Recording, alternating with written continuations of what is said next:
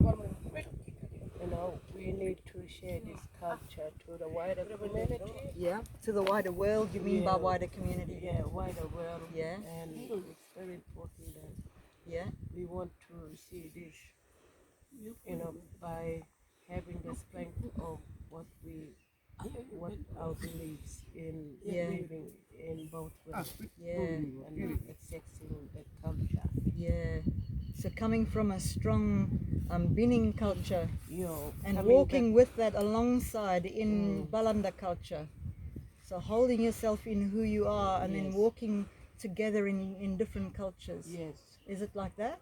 Yes. Yeah. And it's important to learn what you want to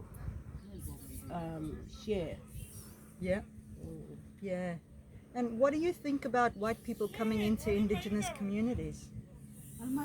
What I think, when they coming to my community, they have to learn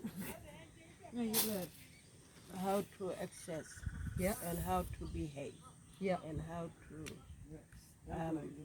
living in community. What you can do in those means, like when non-indigenous coming into community, they have to learn the protocols of education in the community that you can do. So are you talking about relationship restrictions, like you can't talk to like people within relationship? In workplaces, and in community, it's very important that non-indigenous have to have that respect.